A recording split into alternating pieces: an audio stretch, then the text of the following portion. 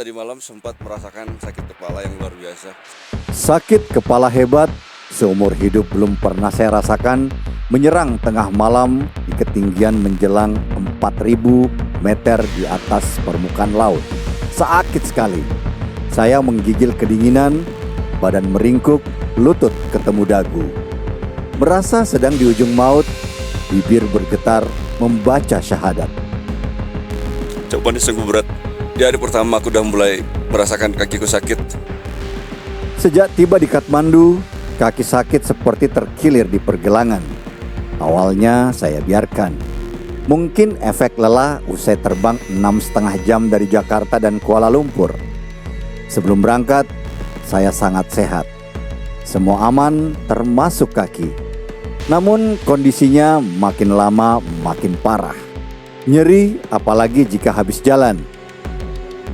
Sakitnya berlanjut, bahkan makin parah saat sudah di pesawat menuju Himalaya. Penerbangan ke Himalaya harusnya jadi momen paling mendebarkan sekaligus indah. Untuk pertama kali saya melihat puncak Everest dari balik jendela pesawat. Saya menatap kagum sampai merinding saking indahnya.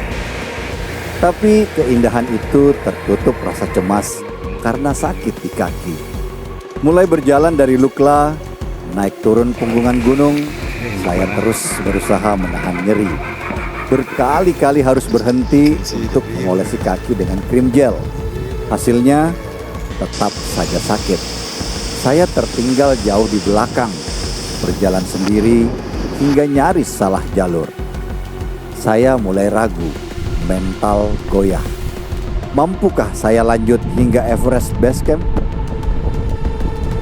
Tiba di Namche Bazaar, setelah melewati jalur ekstrim, saya putuskan menyerah.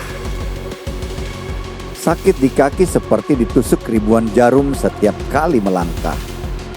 Saya merasa mimpi ke kaki atap dunia cukup sampai di sini.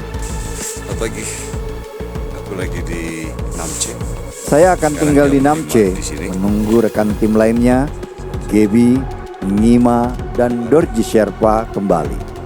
Semalam sebelum menyampaikan keputusan pahit itu pada tim, ada kejadian aneh. Saat akan tidur, saya seolah mendengar bisikan sangat jelas. Periksa tali sepatumu. Karena sangat ngantuk dan lelah, saya tak peduli. Usai salat subuh, teringat bisikan semalam. Langsung lihat sepatu. Ada apa dengan sepatu ini? Sepatu mendaki saya model boot taktis yang memiliki resleting di samping. Jadi saat pasang dan lepas tak perlu buka ikatan tali. Saya lepaskan semua ikatan talinya, lalu ikat kembali lebih longgar. Saat melangkah keluar, sesuatu terjadi. Aneh bin ajaib. Nyeri di kaki mulai berkurang. Kaki terasa ringan, tak lagi nyeri seperti sebelumnya saat berjalan. Ternyata penyebab sakit selama ini karena ikatan tali sepatu yang terlalu kencang. Apakah masalah sudah beres? Saat ini iya. Tapi Himalaya seolah punya banyak cara untuk menguji saya. Pendakian lanjut menuju Tiang Boche. Jalur makin berat dan ekstrim. Melintasi punggungan gunung hingga ketinggian 4.200 mdpl, titik tertinggi pertama dalam hidup saya waktu itu. Pendakian lanjut, menuruni dan mendaki lereng terjal di sisi sungai, hingga akhirnya tiba di penginapan. Semua lancar, sampai waktu tidur tiba. Jam 10 malam, genset mati, semua tamu masuk kamar. Saat tertidur lelap, tiba-tiba saya terbangun. Kepala seperti ditekan beban sangat berat, seolah mau pecah. Badan terasa melayang. Napas tersengal, tubuh menggigil, jantung berdebar kencang. Saya meringkuk sampai lutut dan dagu ketemu. Ini bukan sakit kepala biasa. Seumur hidup, belum pernah alami yang seperti ini. Setengah sadar, saya teringat kalau bawa obat sakit kepala. Dalam gelap, saya paksa diri bangun, merangkak keluar dari sleeping bag. Badan semakin bergetar kencang. Tangan gemetar meraih headlamp di atas meja di samping ranjang. Headlamp jatuh ke lantai kamar sebelum sempat dinyalakan. Saya tak punya tenaga lagi untuk turun dari ranjang. Akhirnya, dengan sisa tenaga, saya tarik ransel dan meraba-raba kantong bagian atas dalam gelap. Ketemu. Saya telan obat itu langsung 2, lalu masuk kembali ke sleeping bag. Badan semakin menggigil. Tubuh seolah terus berputar. Pusing makin parah.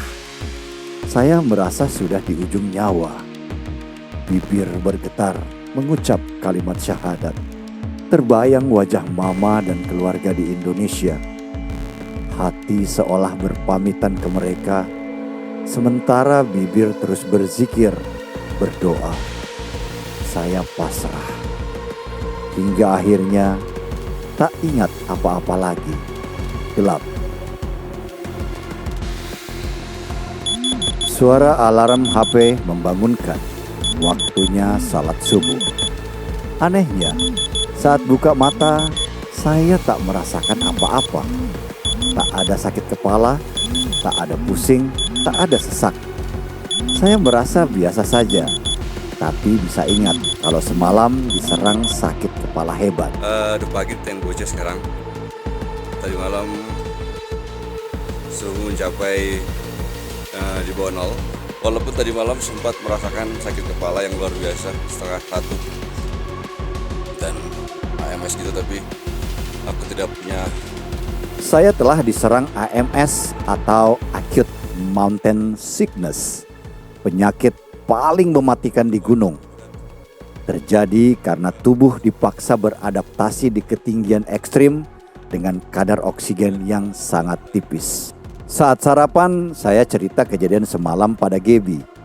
Dia lalu membagi obat miliknya untuk diminum secara rutin agar terhindar dari AMS. Pendakian lanjut melewati Dingboche, Lobuche, Gorakchep, hingga akhirnya Everest Base Camp.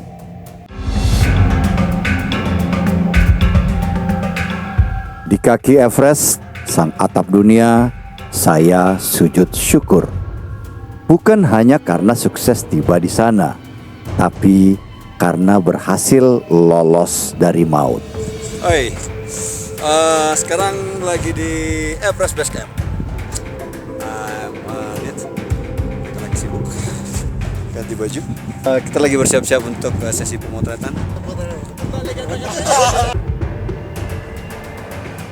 Dalam perjalanan pulang, saya kembali diberi kesempatan untuk melihat puncak Everest dari jendela pesawat. Sang atap dunia telah memberikan pelajaran paling berharga dalam hidup saya, bahwa hal paling menakutkan di gunung adalah rasa sakit dan ketidaktahuan yang mungkin terlihat sepele. Ikuti terus perjalanan saya. Terima kasih sudah mampir ke rumah Himalaya, rumah kita, rumah cerita.